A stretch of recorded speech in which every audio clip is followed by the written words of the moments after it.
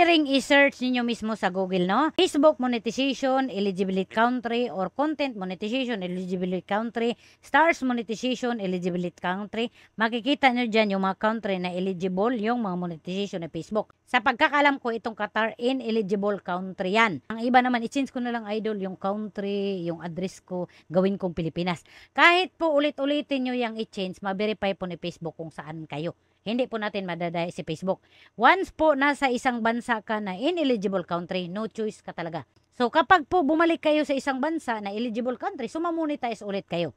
Pero once na pumunta ka sa isang country na ineligible ang monetization ni Facebook, kahit po kumikita at monetize ka, sumasahod ka, hindi ka na po kikita, hindi ka na po mamonetize at hindi ka na po sasahod. Kasi nga ineligible yung country na pinuntahan mo. No choice ka talaga. Research nyo po sa Google ha, kasi meron pong mga country na hindi eligible yung monetization ni Facebook.